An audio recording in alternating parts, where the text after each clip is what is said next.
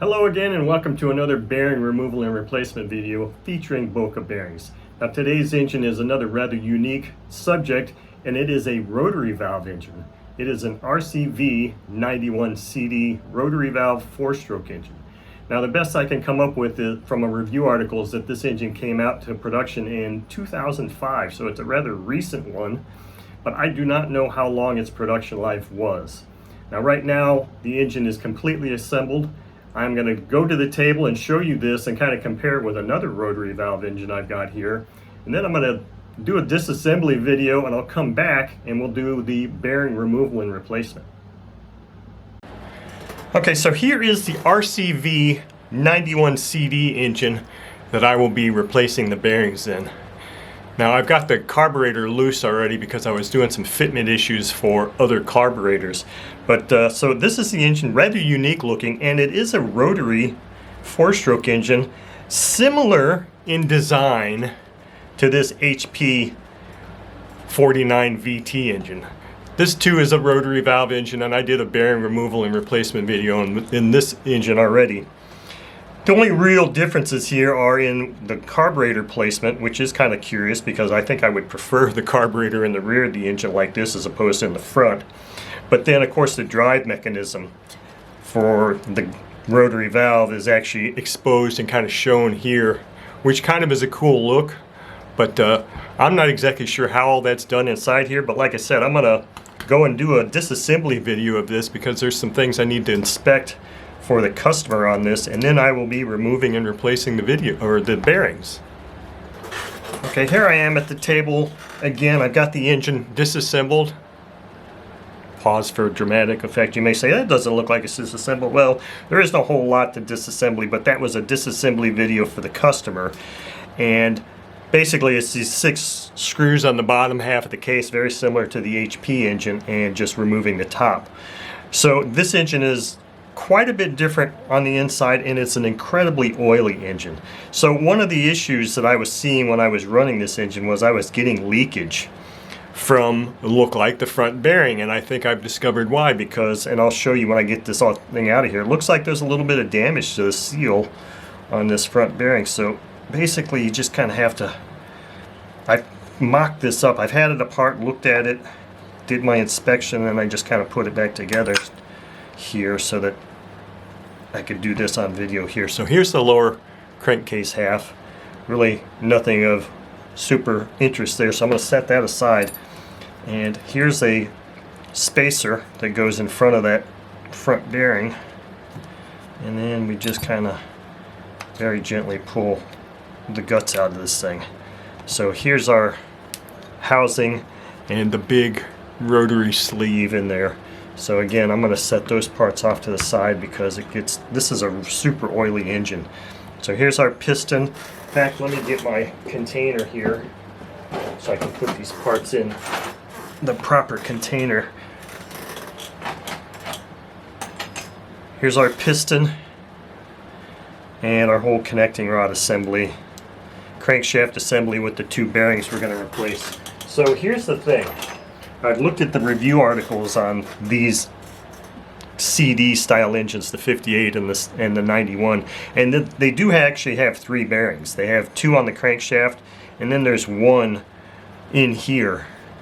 Now I'm not replacing that because the Boca kit doesn't supply that bearing, and quite honestly I'm not even sure I know how to get that out because I've looked at the exploded parts breakdown, and there's a clip, a circlip in there. I think you might just tap this rotating cylinder out, but then that bearing is retained by a circlip, and I'm not sure if that would require actually a special tool or not. So just to be safe, I'm only going to be replacing these front 2 bearings on here, but I think maybe I'll wait till I get this off to show the slight dimple on that. So when I pulled this apart, I was like, oh boy, this is going to be interesting. So here's our bearing, front bearing, one of them, that's the rear bearing there. And both of these bearings are exactly the same size, and there's this little metal spacer in here. So the only thing I can do here really is use my jaw pullers to get on here and see if there's enough space between that bearing the spacer and see if I can get this bearing to come off this way without any kind of heat or anything. This isn't heated up at all.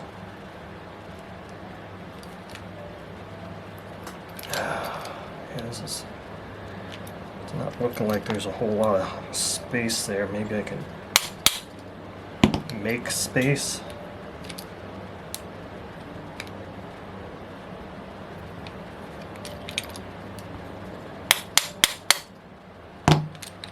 I don't want to have to go out and grind these jaws down more. I think I might actually have it in there now.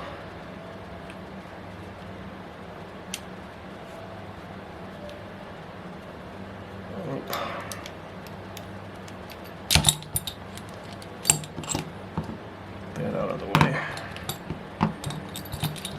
So this is interesting. So there should be just enough gap there that I can get this puller in there. There we go. Now we're back inside here. Now it's just a matter of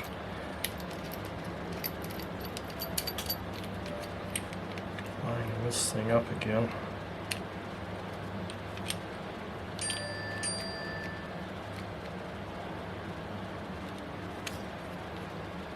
Now it's just kind of touching in there, but I still don't know if I've got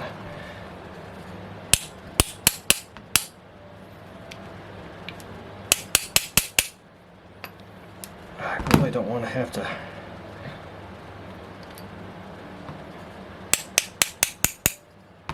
okay, I just started getting that. I got that in there now, so now I should be able to just draw this thing out.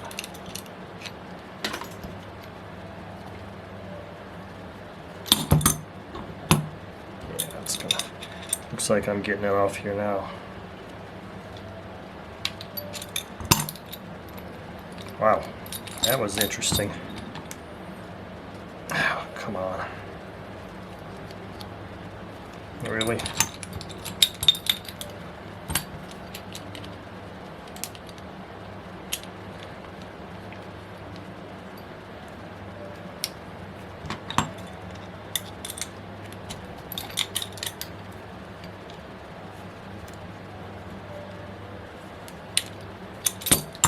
Okay, finally we got the front bearing off. Holy moly, that was a chore. And now this is just a big aluminum spacer.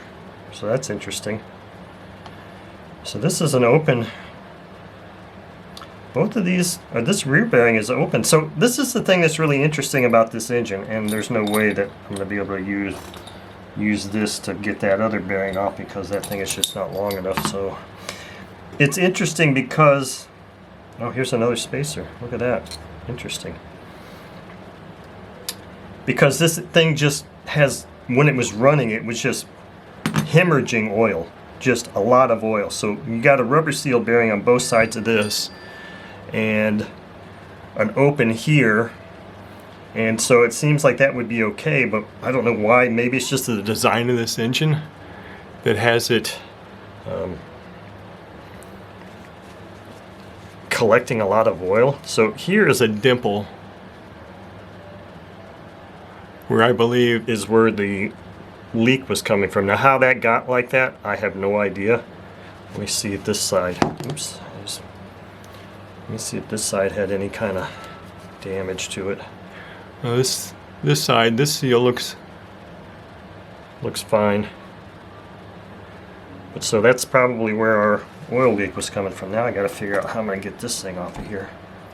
I don't know if it's going to want, if I'm going to have enough room to just tap this thing off like this. Hopefully I do. I haven't heated this up yet either, so okay, yeah, this is going to come off really easily, so there's good news. So let's just keep holding and tapping.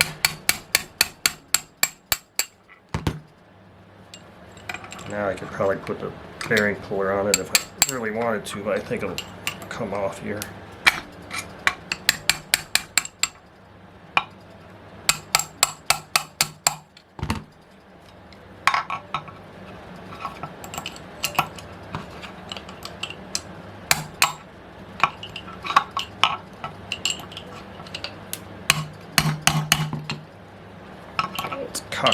there.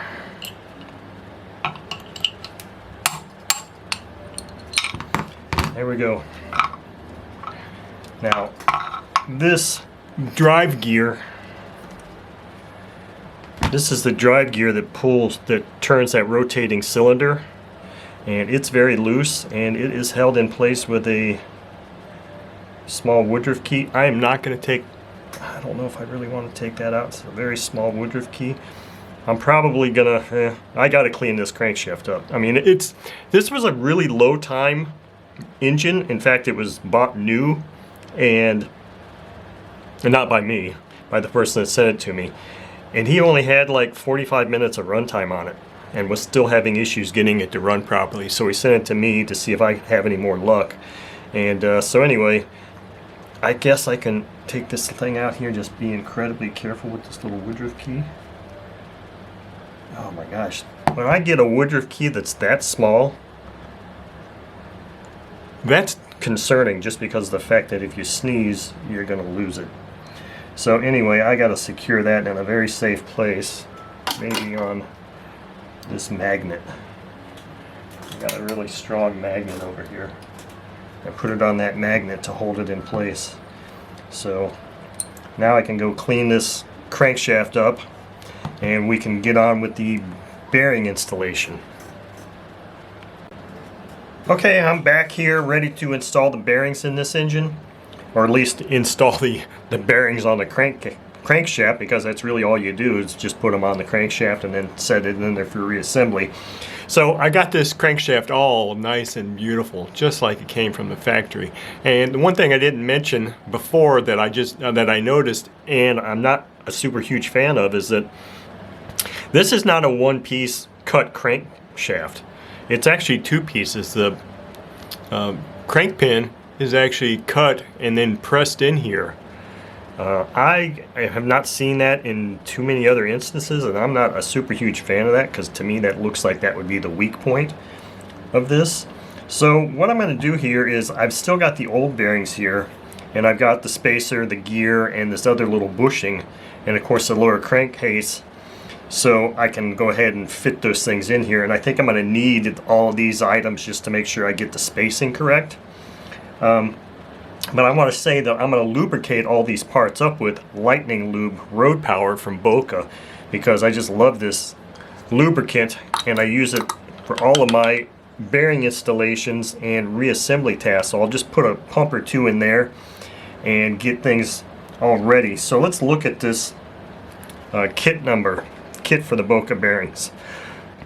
As I mentioned before, this engine actually has 3 bearings in it, but I'm only replacing 2. The kit that I got from Boca only has 2 in it. And this kit number is an ENK-024RS. I made sure I got the rubber sealed bearings because I had taken the prop hub off previously and saw that it was a rubber sealed bearing, so I figured I better, get a set of rubber sealed bearings for that. So that is what we've got in here, and it's interesting also that both of these bearings, it's unusual, I would say, that you find bearings that are the exact same size on the crankshaft of any engine. But for this design, that's what happens. So I'm going to take both of these out, and these are MR6001ZZ for this, because it's I'm going to be taking those shields off, and this one was an MR6001 2RS rubber sealed, so I will not be removing any seals from that. So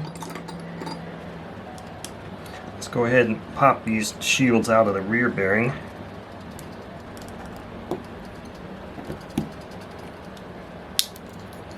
Okay, finally we got that one out. These normally just pop straight out like that. So that is done. We got both seals or shields off of this bearing, and we're going to leave these. So let's just start lubricating some parts up here. So I'm just going to use my finger, and granted, I don't really need to lubricate this for this bearing installation on the crankshaft, but since I will be reassembling this engine, I figure why not do some of that now right here while I've got this out. So So this just appears to be an inner sleeve for this bushing, or this spacer is what this is actually called. Because this spacer's got A lip on it, very similar to the just ring seal that was here. So this is going to go in here like that. So basically this whole front bearing is going to be completely sealed.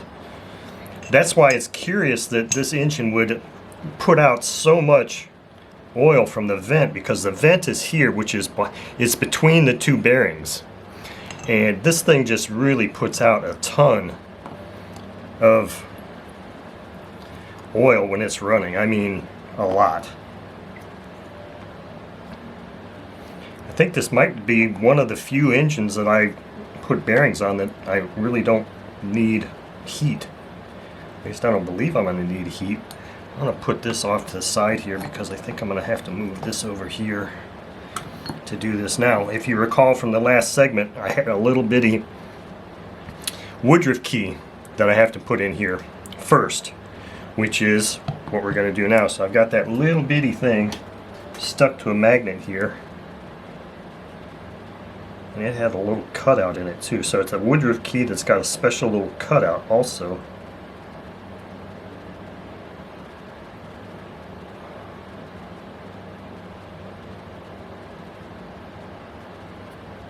I think I've got that thing in place. It feels like it's down in there now. So this bevel gear went on like this, and I have to line that keyway up.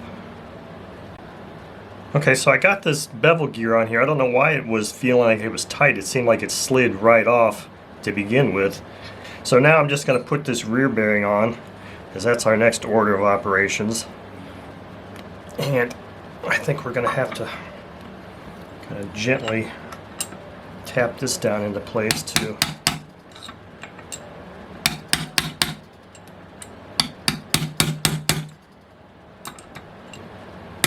I've got some pretty tight tolerances on this because this is not just sliding down into place like I was hoping it was going to do. And this is not an instance where heating one thing or the other up would help, because both of these are steel, and that's just not going to give us the rate of expansion we're looking for there.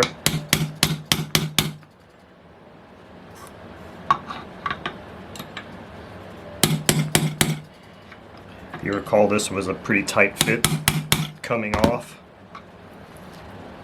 And there, that bearing is in place.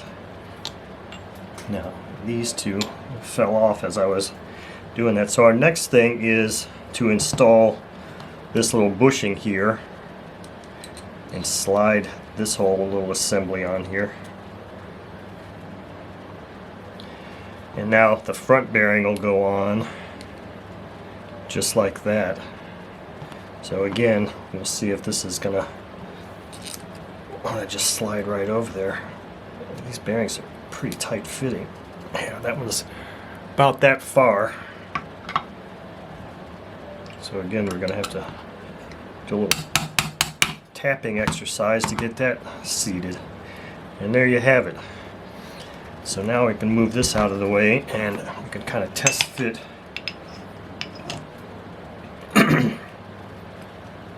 So that looks good. Now the other little sealing ring is in my bin of parts here. So obviously when I go to put this together, I'll put that, slide that over here also. But it's nice because this little spacer here has that ridge in there, so it positions this exactly right where it needs to be. So now we can go ahead and I can reassemble this engine and take it out for a run.